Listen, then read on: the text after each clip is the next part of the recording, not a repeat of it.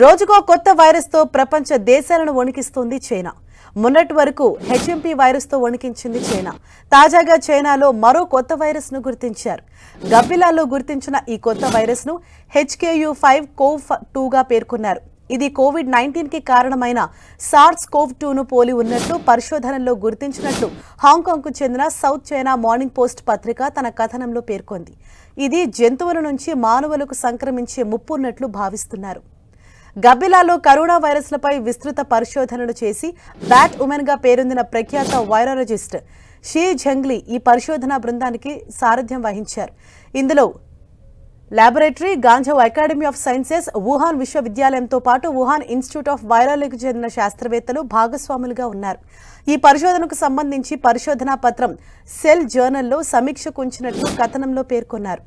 ఈ virus మెర్బెకో virus తో పాటు ప్రాణాంతక మెర్స్కోవ్ ఉపరకానికి చెందినదిగా పరిశోధకులు గుర్తించారు. ఇది HKU5 కరోనా వైరస్ సంతతికి చెందినదిగా పేర్కొన్నారు. ఈ వైరస్ ను తొలుత హాంకాంగ్లోని జపనీస్ పిపెస్ట్రల్ రకం గబ్బిలాలు గుర్తించారు.